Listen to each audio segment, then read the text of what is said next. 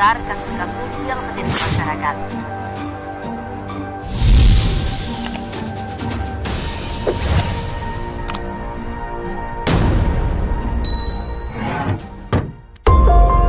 Kali ini Fokus Kasus kembali menjumpai Anda dengan sejumlah informasi lebih dalam seputar kasus-kasus yang terjadi di masyarakat. Kali ini Fokus Kasus akan mengetengahkan tewasnya seorang wanita yang bekerja di tempat hiburan malam. Diduga lelaki yang tengah memiliki hubungan dengan korban terlibat dalam kematiannya.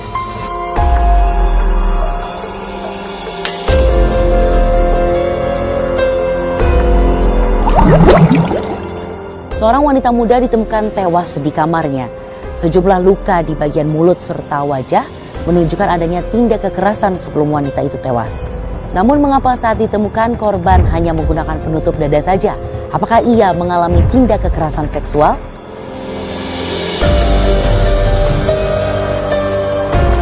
Mayat seorang wanita muda di kamar kontrakan di Gang Sejahtera, Kampung Sawah, Pulau Gebang, Jakarta Timur ini menjadi perhatian warga di pemukiman yang padat ini.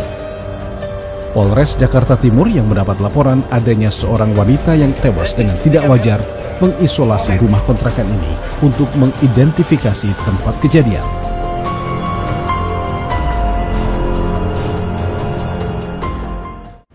Penemuan jenazah Yati berawal ketika adik korban ingin menemui kakak perempuannya itu. Namun karena pintu terkunci, pintu dibuka paksa. Dan sang adik terkejut karena wanita muda itu terlentang dalam keadaan tidak bernyawa. Dari hasil olah TKP diketahui jasad Yati Nur Hayati alias Yati Nur Hasanah alias Rizka ditemukan hanya mengenakan penutup dada saja. Namun petugas tidak menemukan bekas pakaian yang dibuka paksa di rumah kontrakan ini. Dan saat ditemukan terdapat luka memar di bagian leher dan mulutnya berdarah.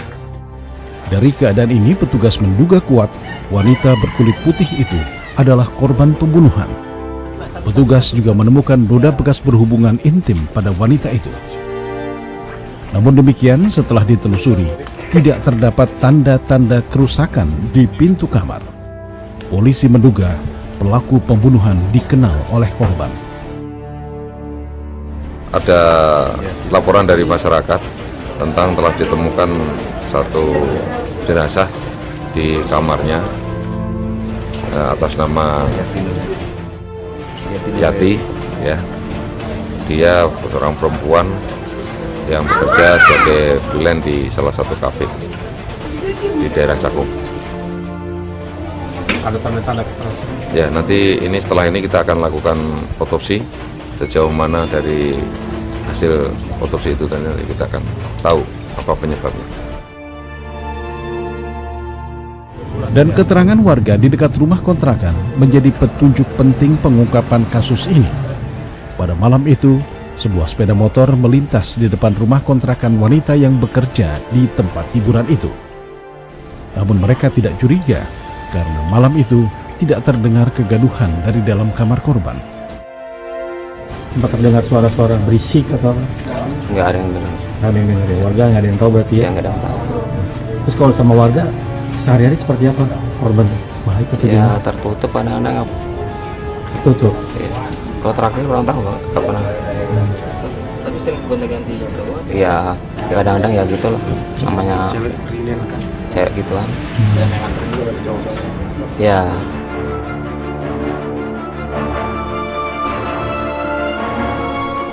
Siapakah yang bertemu dengan korban pada malam itu?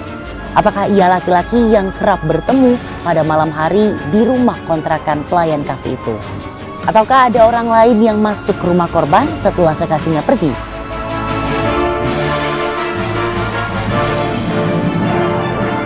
Berselang 4 hari setelah Yati Nur Hayati ditemukan tewas di kamar kontrakannya, polisi menangkap Cornelius Seko alias Ambon di kawasan Roxy, Jakarta Barat. Berdasarkan sejumlah informasi dan barang bukti yang didapat dalam penyelidikan, polisi menduga lelaki berusia 31 tahun ini terlibat dalam pembunuhan janda satu anak itu. Dari tangan tersangka Cornelius, polisi menyita 2 unit telepon genggam milik korban. Dari hasil pemeriksaan terungkap tersangka membunuh kekasihnya itu karena terbakar api cemburu. Malam itu Cornelius yang datang ke kontrakan korban disambut mesra. Mereka bahkan sempat berhubungan intim. Namun kemesraan keduanya berubah menjadi pertengkaran sengit ketika tersangka menanyakan telepon baru milik Yati. Cornelius juga meminta agar isi telepon itu diperlihatkan karena ia curiga korban memiliki kekasih lain. Namun karena Yati tidak mau memberikan teleponnya, tersangka jadi naik pitam. Ia lalu mencekik leher kekasihnya itu hingga meregang nyawa. Setelah berpakaian, tersangka pergi dan mengunci kamar kontrakan korban. Ya, dia ada menjalani hubungan dengan laki-laki lain. Jadi kecurigaan itulah menjadi kecemburuan daripada si tersangka. Karena cemburu itulah dia terjadi cekcok mulut dan sehingga yang bersangkutan saling mencekek, kemudian yang satu meninggal. Sebelum tertangkapnya tersangka, banyak dugaan muncul mengenai pelaku dan motif pembunuhan wanita muda itu. Namun benarkah semata keduanya bertengkar karena telepon genggam baru milik korban? Ataukah ada motif lain tersangka membunuh kekasihnya?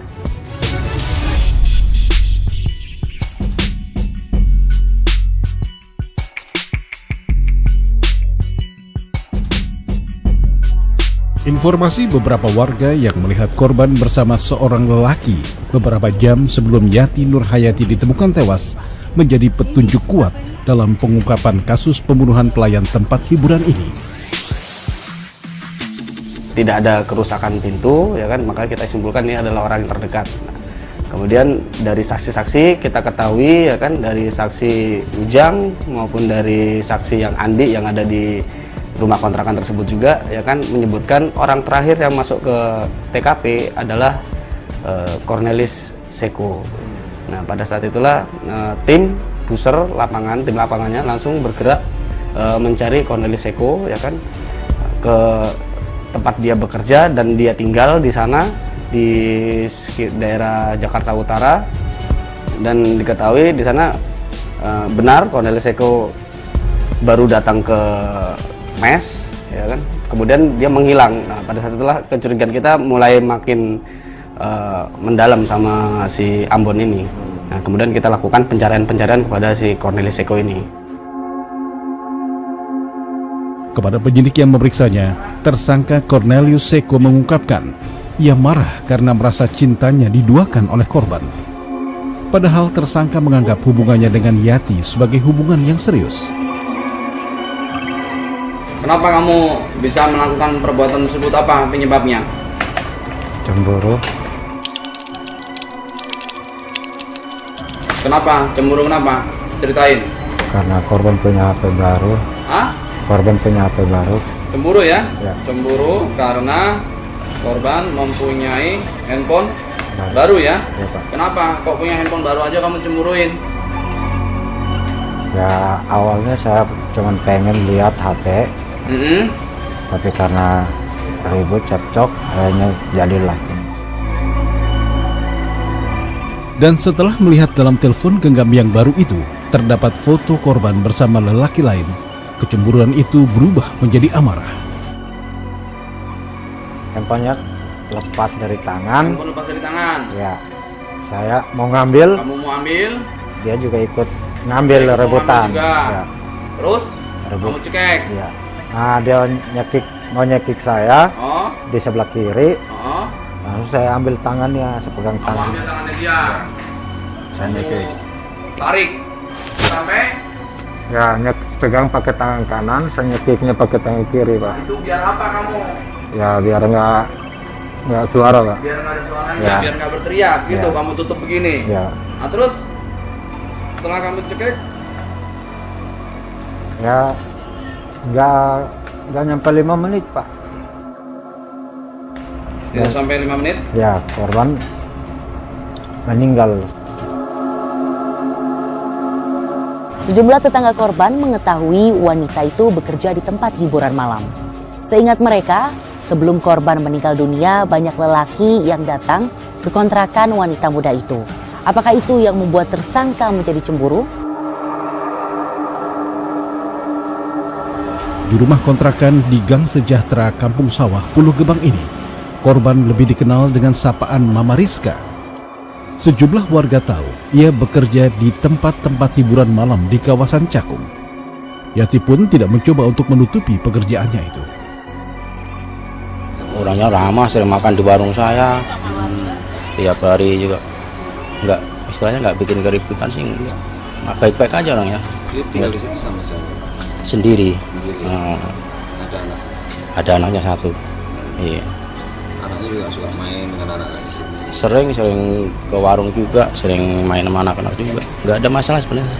Sehari-harinya ya sama lingkungan bagus, sopan, pakaian juga biarun orang KP pakaiannya sopan.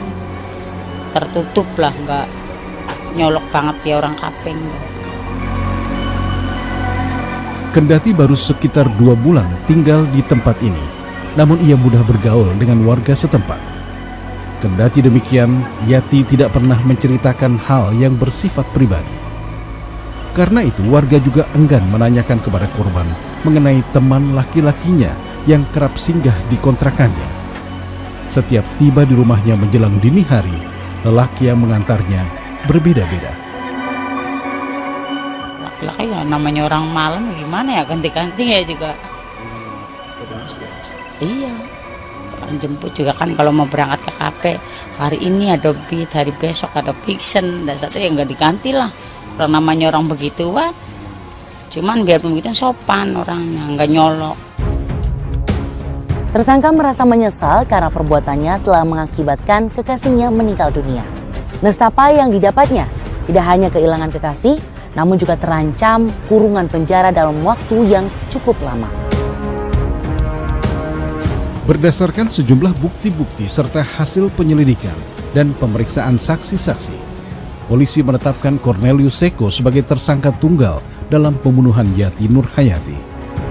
Atas tindakan kejahatan pembunuhan yang diduga dilakukan oleh tersangka, polisi menjeratnya dengan pasal 338 KUHP mengenai pembunuhan. Tersangka mendapat ancaman maksimal berupa pidana penjara 12 tahun. Penyidik tidak menemukan bukti Cornelius berencana untuk membunuh kekasihnya itu. Tersangka mengaku ia lepas kendali sebagai reaksi kemarahannya yang menduga ada lelaki lain yang menjadi kekasih Yati. Pasal yang dikenakan? Ya, pasal 338. Ancaman pidana? Ya, di atas 5 tahun. Berarti nggak direncanakan ya, Dan? Ya, tidak. Karena sebelumnya juga ada pembicaraan biasa, kemudian karena ada kecemburuan itulah yang bersangkutan terjadi cekcok mulut dan akhirnya yang bersangkutan meninggal.